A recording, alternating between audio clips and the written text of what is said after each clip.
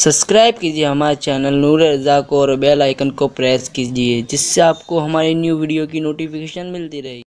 बल्कि हमारे बुजुर्गों की तो एहतियात इतनी थी कि वो किसी के घर दावत में जाते थे तो अपने हाथ से दूसरे को खाना खिलाने वाले को टोक देते थे कि भाई तुझे खाने के लिए बुलाया है, तू इसका मालिक नहीं है, तू इसे क्या खिला रहा है। ये उनकी बहुत आला दर्जे की एहतियात थी। मैं उसको कोई हराम और नाजायज़ कहने नहीं बैठा, लेकिन उनकी एहतियात थी।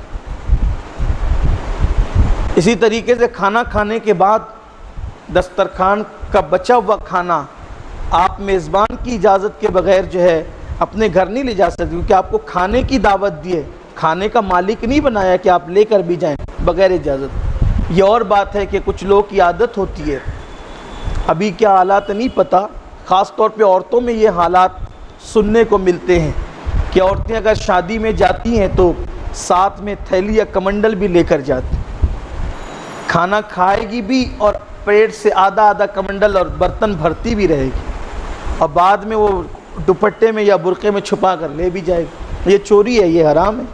आपको खाने की दावत मिली थी, ले जाने की दावत, हाँ ले जाना है तो आपको मेज़बान से पूछना चाहिए। अभी मुमकिन है कि अल्लाह ने जो है वो लोगों को तालीम के ज़ेवर से आशना फरमा दिया तो लोग सुधर गए होंगे, लेकिन ऐसा मुझे पता है, इसका इल्म मुझे है कि लोग ऐसा करते हैं। इसीलिए बहुत सारी शादियों में चुरा कर खाना ले जाने वालों की वजह से खाना कम भी पड़ जाता है। यानी अब भी लोगों के अंदर ये चीज़ें हैं और बहुत अफसोस की बात है।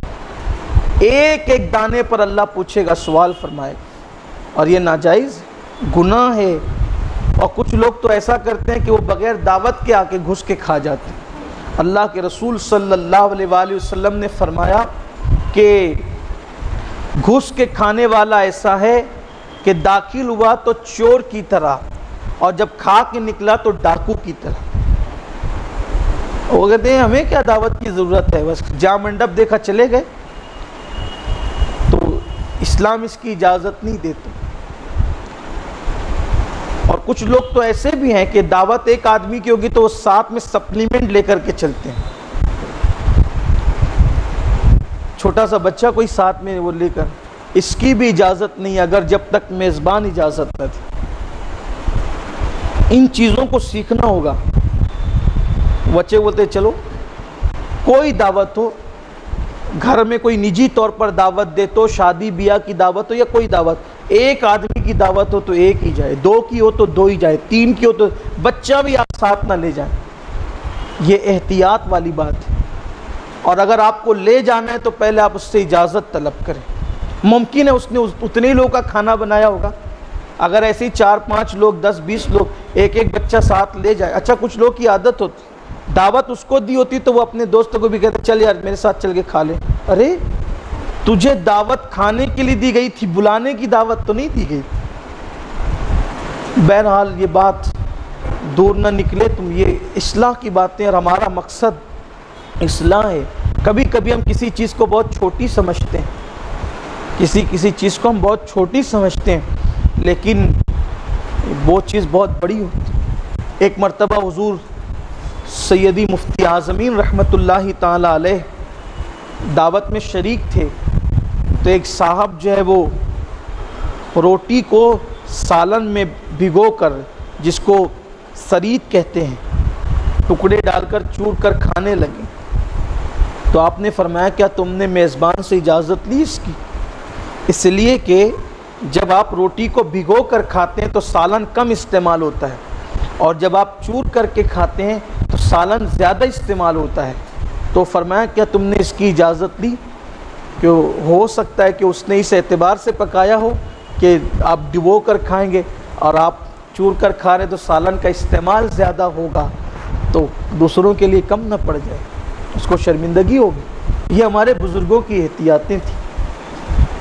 एक मरतबा हुज़ूर सैयदी मुफ्ती आज़म ही का वाक़या है कि एक साहब जो है वो खाने के लिए मदऊ थे, उन्होंने सीधा उठाया और उठा करके आपकी प्लेट में डाला। तो फरमाया कि क्या मेज़बान से इजाज़त ली? तुम्हें खाने के लिए बुलाया है, खाना तकसीम करने के लिए नहीं बुलाया कि तुम अपने हाथ से बांटो। आप पहले इजाज़त लो कि क्या खिला सकता हूँ। ये एहतियातें थी हमारे बुज़ुर्गों।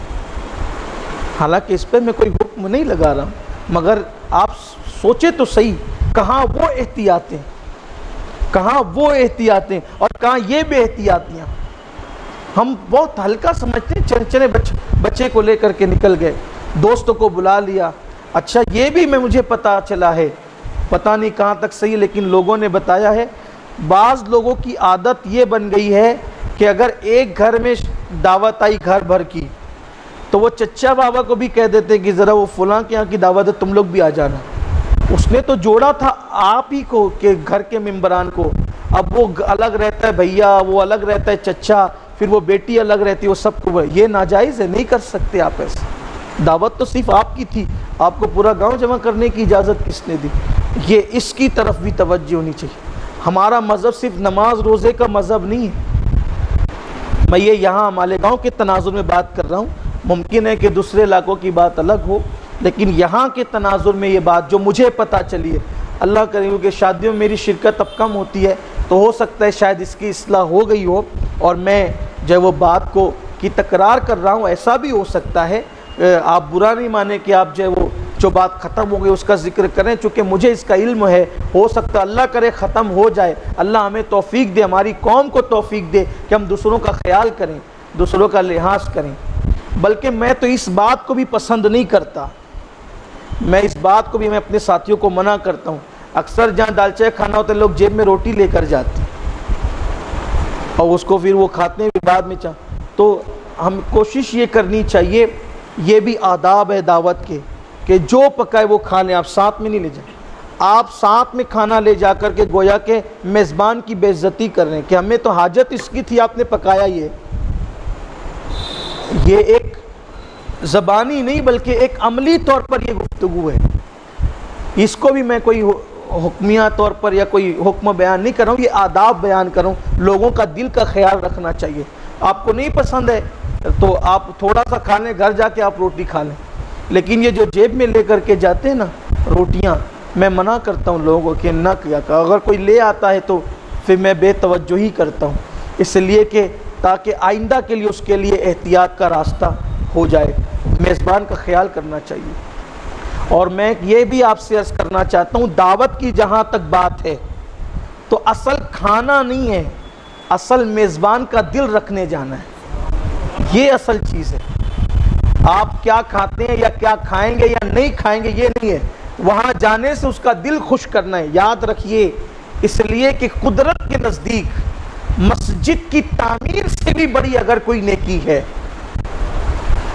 مسجد کی تعمیر سے بڑی اگر کوئی نیکی ہے تو وہ مومن کا دل خوش کرنا ہے۔ بلکہ میاں محمد بخش ایک بہت بڑے صوفی شاعر گزرے ہیں، انہوں نے فرمایا، اس شعر کا مفہوم یہ ہے کہ مسجد شہید